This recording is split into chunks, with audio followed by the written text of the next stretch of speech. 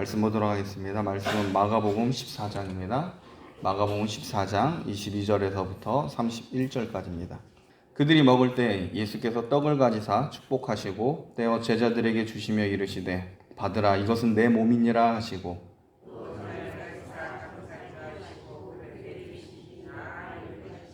이르시되 이것은 많은 사람을 위하여 흘리는 나의 피 곧 언약의 피니라.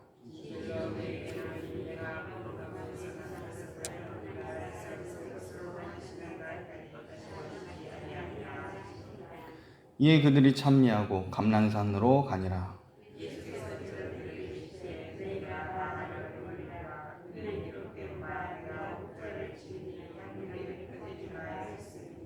그러나 내가 살아난 후에 너희보다 먼저 갈릴리로 가리라.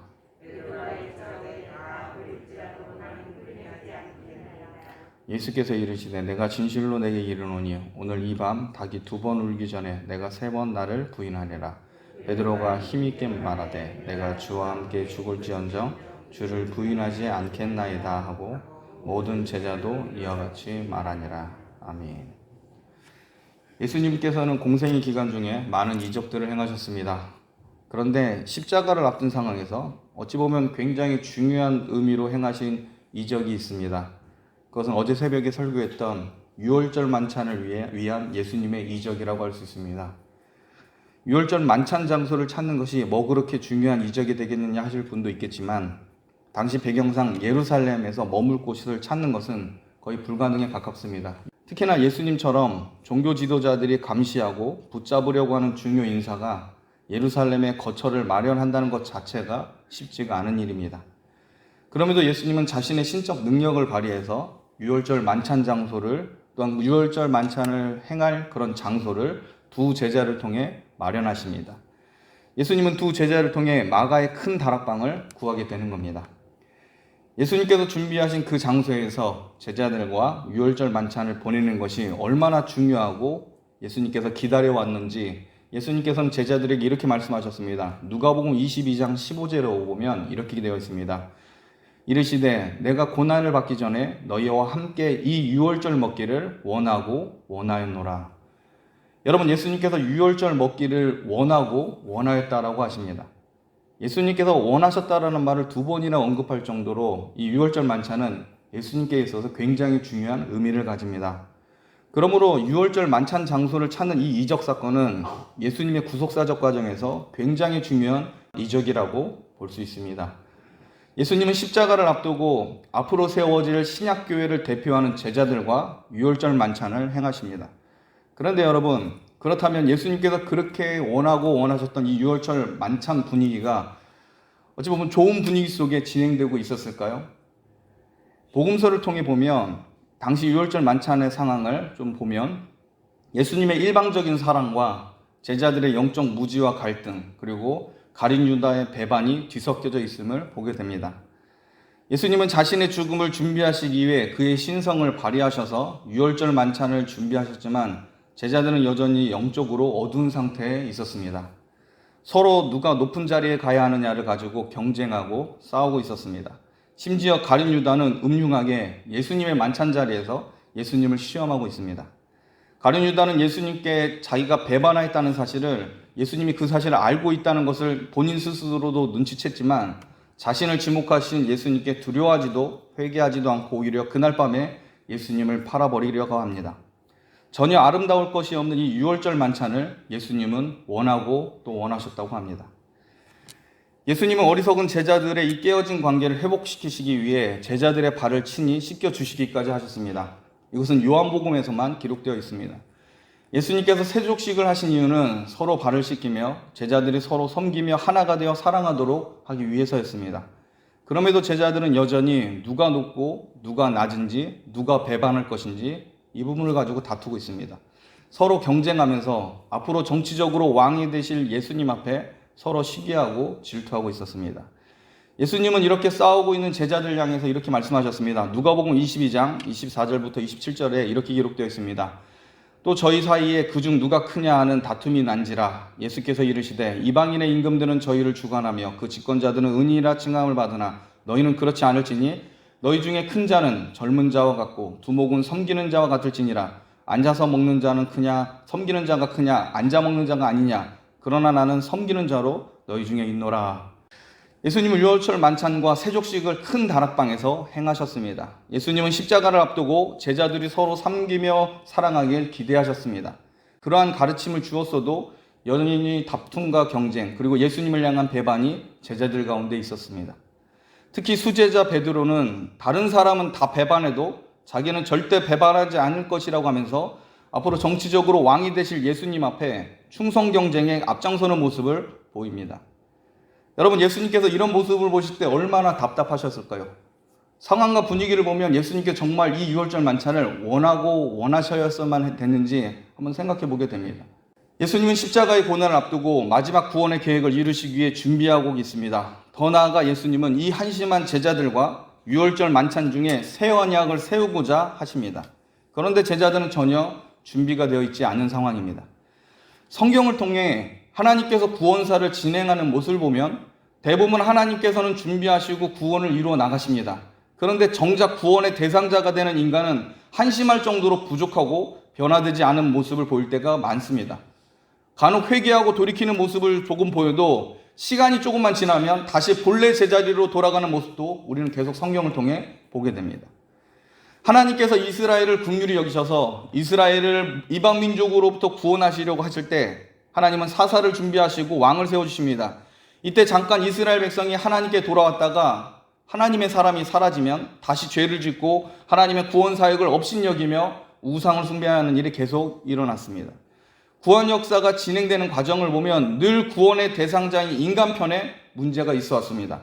그런데 신실하시고 긍휼이 많으신 하나님은 이런 죄 많은 사람을 택하시고 자녀로 삼아주셔서 일방적으로 구원해 주셨습니다. 구원 역사가 진행 중에도 여전히 모자라고 오류가 많아도 하나님은 그들의 이 옅은 믿음을 붙잡아 주시고 이끌어 주셔서 결국은 구원하시는데 하나님은 늘 성공하셨습니다. 그러므로 성경은 하나님의 은혜를 기대하고 소망하는 것, 하나님을 믿는 것이 최고의 가치이고 문제를 해결하는 근본적인 방식임을 선언합니다.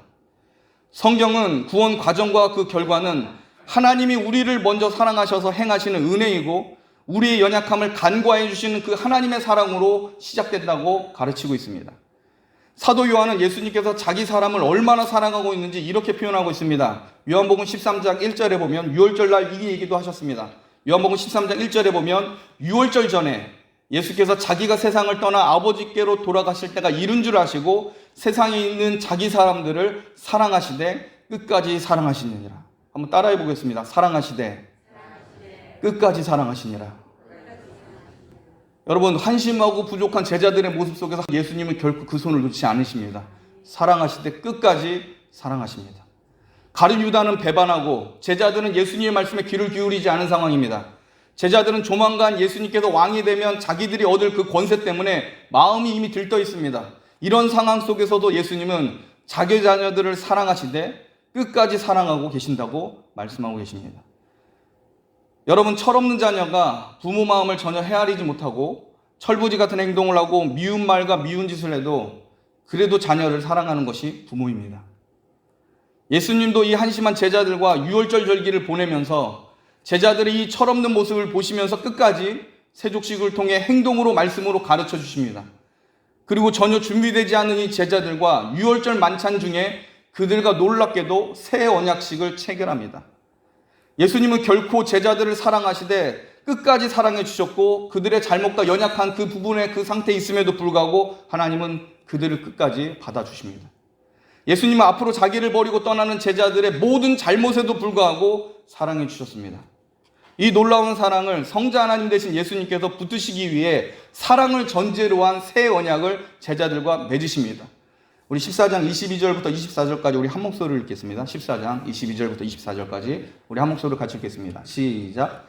그들이 먹을 때 예수께서 떡을 가지사 축복하시고 떼어 제자들에게 주시며 이르시되 받으라 이것은 내 몸이니라 하시고 또 잔을 가지사 감사기도 하시고 그들에게 주시니 다 이를 마시매 이르시되 이것은 많은 사람을 위하여 흘리는 나의 피 곧 언약의 피니라.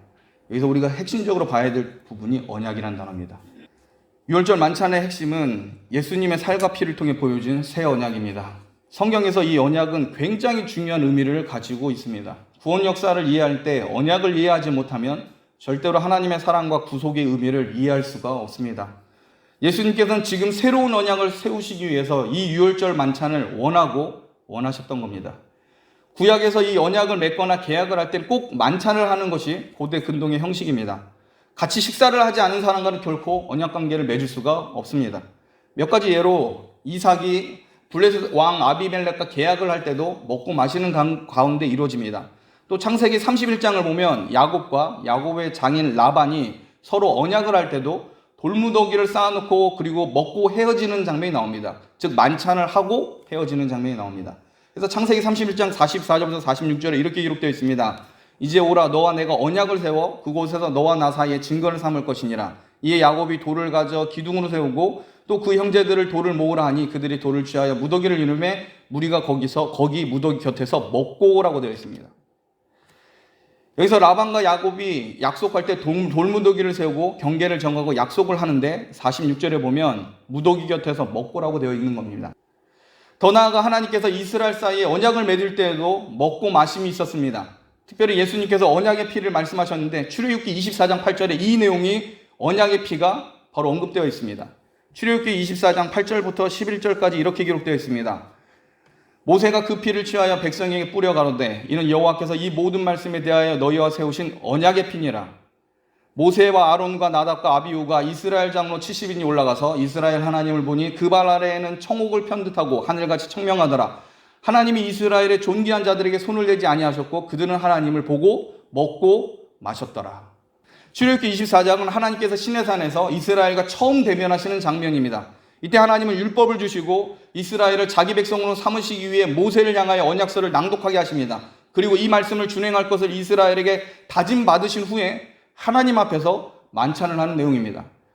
그리고 출애굽기 24장 11절에 하나님을 보고 먹고 마셨더라라고 기록되어 있습니다. 그러므로 예수님께서 유월절 만찬을 원하신 이유는 자기 제자들이 서로 섬기며 사랑하라고 하신 이 계명을 주심으로 그들을 준비시키고 그들과 함께 만찬을 하시는 그 과정 중에 구원을 이루시는 이 언약을 세우시기 위함입니다. 유월절 만찬은 언약을 준행하기 위한 배경이고 성자 하나님께서 십자가 구원을 완성하기 위해 지금 신약교회를 대표하고 있는 제자들과 이 언약 가운데 결속하는 행위입니다. 그러므로 굉장히 중요한 의미가 있습니다. 제자들의 영적 상태와 분위기는 온전하지 못하고 뭔가 어긋나 있을지라도 예수님은 하나님으로서 그들과 언약 관계 속에서 영원히 사랑한 것을 스스로 그 언약에 얽매이고 있다는 겁니다. 전혀 준비되지 않고 오히려 죄로 물든 제자를 먼저 사랑하셔서 참된 교제로 나아가게 하시고 사랑을 전제로 한 새 언약을 선포하십니다. 일방적인 하나님의 사랑입니다. 너는 약할 수 있는데 내가 그럼에도 불구하고 너랑 언약을 해서 끝까지 너를 사랑하겠다고 마음에서뿐만 아니라 언약으로 그것을 확정하신 사건이 바로 유월절 사건입니다. 친히 성자 하나님께서 오셔서 언약의 대상자로서 친히 인간이 되셨고 앞으로 나타날 신약교회 성도들과 사랑으로 언약을 맺겠다고 하는 선포가 여기에 담겨져 있습니다. 그러므로 예수님께서 자기 사람을 사랑하시되 끝까지 사랑하신 겁니다. 이 새 언약을 통해 당시 제자들뿐만 아니라 앞으로 일어날 여러분을 사랑하시고 끝까지 사랑하셔서 예수님은 유월절 만찬을 원하신 겁니다. 하나님의 이 일방적인 사랑이 여러분은 은혜의 만찬의 자리로 오게 하실 겁니다. 하나님의 이 일방적인 사랑이 허물 많은 자들과 언약으로 결석시켜 주시고 하나님의 자녀로서 은혜의 혜택을 누리게 하신 겁니다. 이 놀라운 사랑의 새 언약을 기억하는 것이 바로 예배입니다. 그러므로 참된 예배는 하나님께서 마련해 주시는 가운데 이루어질 때 가치가 있습니다. 참된 성도는 이 만찬을 사모하며 말씀과 설교를 통해 들려진 그 하나님의 언약을 다시 상고하고 하나님께 받은 그 은혜를 기뻐하며 장차올 하나님의 나라를 소망하게 됩니다. 말씀을 마치겠습니다. 만찬은 언약으로 들어가는 배경이고 과정입니다.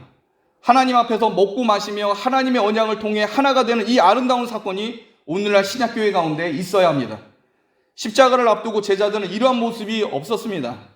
유월절 만찬 가운데 새 언약을 세우시는 예수님을 친히 목격하고 그 자리에 있었지만 아쉽게도 제자들은 성숙한 모습을 보이지 못하였습니다. 그러나 제자들이 이후 사도로서 유월절 만찬에 예수님을 기억하고 교회를 향하여 설교했을 때 성령의 조명하심을 따라 예수님의 의도를 분명 깨달았을 겁니다.